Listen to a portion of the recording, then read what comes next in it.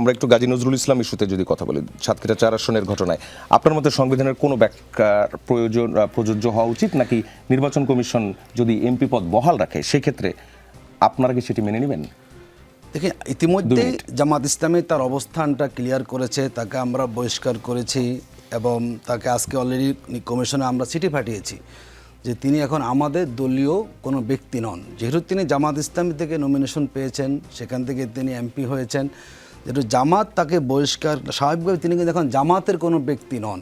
স্বাভাবিক বলে যে অবস্থায় আসলে তার এমপি পদ থাকার কোনো সুযোগ নাই। কিন্তু বাংলা সভা কিছু এক্সাম্পল আমরা দেখেছি যে তাকে স্বেচ্ছায় পদত্যাগ করতে হবে, তাকে তিনি দলের বিরুদ্ধে ভোট দেওয়া লাগবে। আমরা মনে করি এই অবস্থায় গাজী নজরুল সাহেব তিনিই উদ্যোগ গ্রহণ করবেন এবং সংগঠন যখন তার সমর্থনটা প্রত্যাহার করে নিয়েছে, নৈতিকভাবে পার্লামেন্ট হাউসে বসে তার সেখানে সংসদে বসে আসে এটি কোনো রাইট সেখানে থাকে না।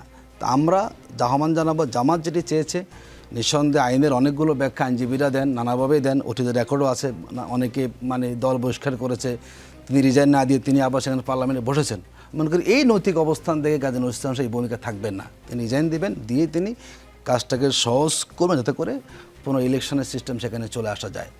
এটি আসলে বাংলাদেশের বলা যায় একটা নতুন দৃষ্টান্তে আমাদের জন্য হয়েছে এবং জামাত ইসলামী তার আদর্শিক জায়গা থেকে এত বড় মাপের একজন নেতা, 3 বার এমপি ছিলেন, তিনি ফ্রিডম ফাইটার, এবং আমরা সেটা কিন্তু দলীয় আদর্শ বিবেচনা করে আমরা ব্যক্তির দিকে না তাকিয়ে আমরা তার ব্যাপারে পানিশমেন্টটা দিয়েছি। আশা করব আমাদের দৃষ্টিভঙ্গি আলোকেই নির্বাচন কমিশন এবং মাননীয় স্পিকার যিনি আছেন তিনি তার পরবর্তী পদক্ষেপ সেখানে গ্রহণ, এতটুকু আমরা সেখানে প্রত্যাশা করি। এটার আইনি ভিত্তিতে যাবে না, এটা কোনো ভিন্ন ব্যাখ্যা হবে না। দল যেহেতু আমরা বলেছি তাকে আমরা চাচ্ছি না, তিনি আমাদের প্রতিনিধি নন, সুতরাং এখন তিনি দলে এলাকায় তিনি থাকবেন না, তার অলরেডি সিটটা অন্য জায়গায় হয়ে যাবে। তো সে অবস্থা আশা করি তিনি সহজ করবেন এবং আইনি কোনো ব্যাখ্যা না গিয়ে, মারপেছে না গিয়ে আশা করি নতুন প্রক্রিয়ায় সেখানে কাজটা শুরু হবে, এতটুকু প্রত্যাশা করছি। জি, ধন্যবাদ আপনাকে। যদিও আইনি বিষয়গুলো আসলে আলোচনায় আসছেই, কিন্তু সেটা শুধু যার বিরুদ্ধে বলা হচ্ছে তাকে কেন্দ্র করে না, এখানের মধ্যে আমাদের আইন সংশোধনের কোনো বিষয় আছে কিনা আমরা আবুল হাসান রুবেলের কাছে যদি জানতে চাই, রাজনৈতিক নৈতিকতা এবং আইনি বিধান কোনটাকে আসলে অগ্রাধিকার দেওয়া উচিত। সংসদ সদস্য বহিষ্কারের বিষয়ে বিদ্যমান যে আইন আছে, আমরা যেটা দেখলাম 70 অনুচ্ছেদে নাই, 66-এ নাই, 1980s-এর একটা ল ছিল, সেটারও একটা, এবং হাইকোর্টেরও একটা ডিরেকশন ছিল, অর্থাৎ অবজারভেশন ছিল। তো সেই সবগুলো জায়গা মিলে আমরা মোটামুটি একটা কনফিউশনের মধ্যে পড়ে গেলাম। ওই জায়গাটা থেকে আসলে সংশোধনের দরকার আছে কিনা 2 মিনিট। আচ্ছা, প্রথমত বলি যে ধরেন সংসদ সদস্য হিসাবে থাকা না থাকার প্রশ্নে কিন্তু আসলে জামায়াত ইসলামী যেটা নির্বাচন কমিশন জানিয়েছে, জামায়াত ইসলামীর চিঠি এটার জন্য যথেষ্ট না, এই কারণে যে তারা কিন্তু এটা বলে না যে তাকে সংসদ সদস্য পদ থেকে আপনি অপসারণ করেন, তারা বলেছে আমরা বহিষ্কার করেছি। ফলে বহিষ্কার করলে সংবিধানের যে বর্তমান ধারা আছে সেই ধারা অনুসারে তার আসলে সংসদ সদস্য পদ বাতিল হয় না। যদি এটা তারা স্পেসিফাই করতেন যে তিনি আসলে আমাদের আর সংসদ থাকবেন না, সংসদ সদস্য পদে আমাদের এখান থেকে হয়েছে, ফলে আমরা এটা আপনাদের বিবেচনা করার অনুরোধ করছি, তখন সেটা আলাদাভাবে বিবেচিত হতে পারত নির্বাচন কমিশনের মাধ্যমে। এটা হচ্ছে একটা জায়গা। দ্বিতীয় হচ্ছে যে নৈতিক স্খলনের অপরাধে যদি আসলে এইটা সংসদ সদস্য পদ বাতিল করতে হয়, সেটা হলো 66(4)-এ এটার একটা বিধান আছে, সেই বিধানের বলে তারা করতে পারেন। সেই ক্ষেত্রে সেখানে তো কনভিক্টেড হতে হয় 2 বছরের। হ্যাঁ, কনভিক্টেড হতে হয়। ফলে তার নামে যদি এখন মামলা হয় এবং সেই মামলায় যদি তিনি দোষী প্রমাণিত হন, তার যদি শাস্তি হয়, সেই ক্ষেত্রে আসলে এই ঘটনাটা ঘটবে। এবং যে কোনো কিছুতে ধরেন আপনি বললেন যে না, এখনই তাকে কোনো আইনি প্রক্রিয়া আমি অনুসরণ করবো না, এখনই তাকে আসলে বহিষ্কার করে দিতে হবে, এটা তো কোনো না কোনো আইনি প্রক্রিয়াকে আপনাকে অবলম্বন করতে হবে, নাহলে তো আসলে দেশে যে কেউ যে কিছু করতে পারবে এরকম জায়গা তো আসলে আমরা তৈরি করতে পারি না। ফলে আইনি প্রক্রিয়া যা আছে, তো আইন বদলাতে হলে দরকার হলে আইন বদলাতে হবে, কিন্তু তার মানে এই না যে আইন না বদলিয়েই আপনি যা ইচ্ছা তাই করে ফেলতে পারেন। ফলে এই জায়গাতে আমাদের যে একজন সংসদ সদস্য পদ কিভাবে থাকবে কিভাবে না থাকবে সেটা বিষয়ে পুনর্বিবেচনার যদি দরকার হয় সেটা সংসদ পুনর্বিবেচনা করবে, কিন্তু যা এখন আছে সেই আইনি ভিত্তিতেই আসলে এটা করতে হবে।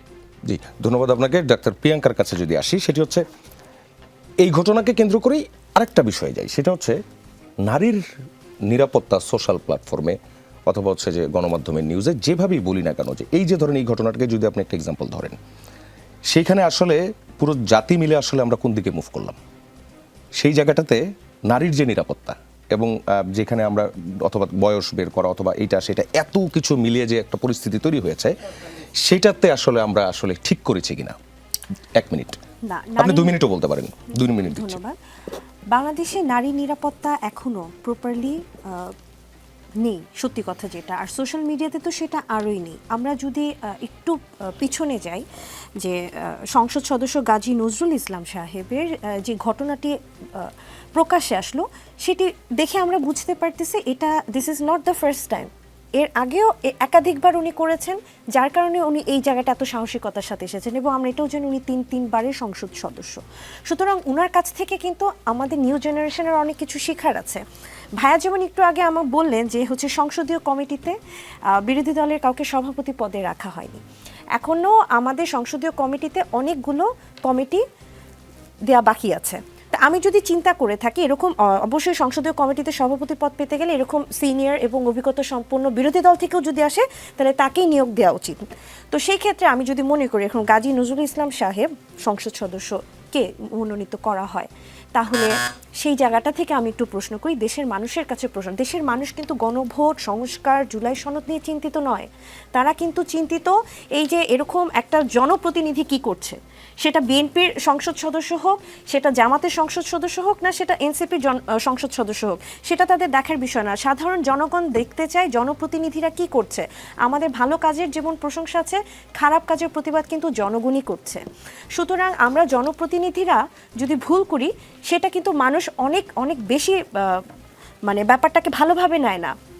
এই জায়গা থেকে আমাদের এখনও আমি মনে করি যে অনেক কিছু শেখার আছে, এবং জামাতের উচিত ছিল মনোনয়ন দেওয়ার ক্ষেত্রে এই ধরনের ব্যাপারগুলোকে একটু তদন্ত করে ভালো মানুষকে মনোনয়ন দেয়া।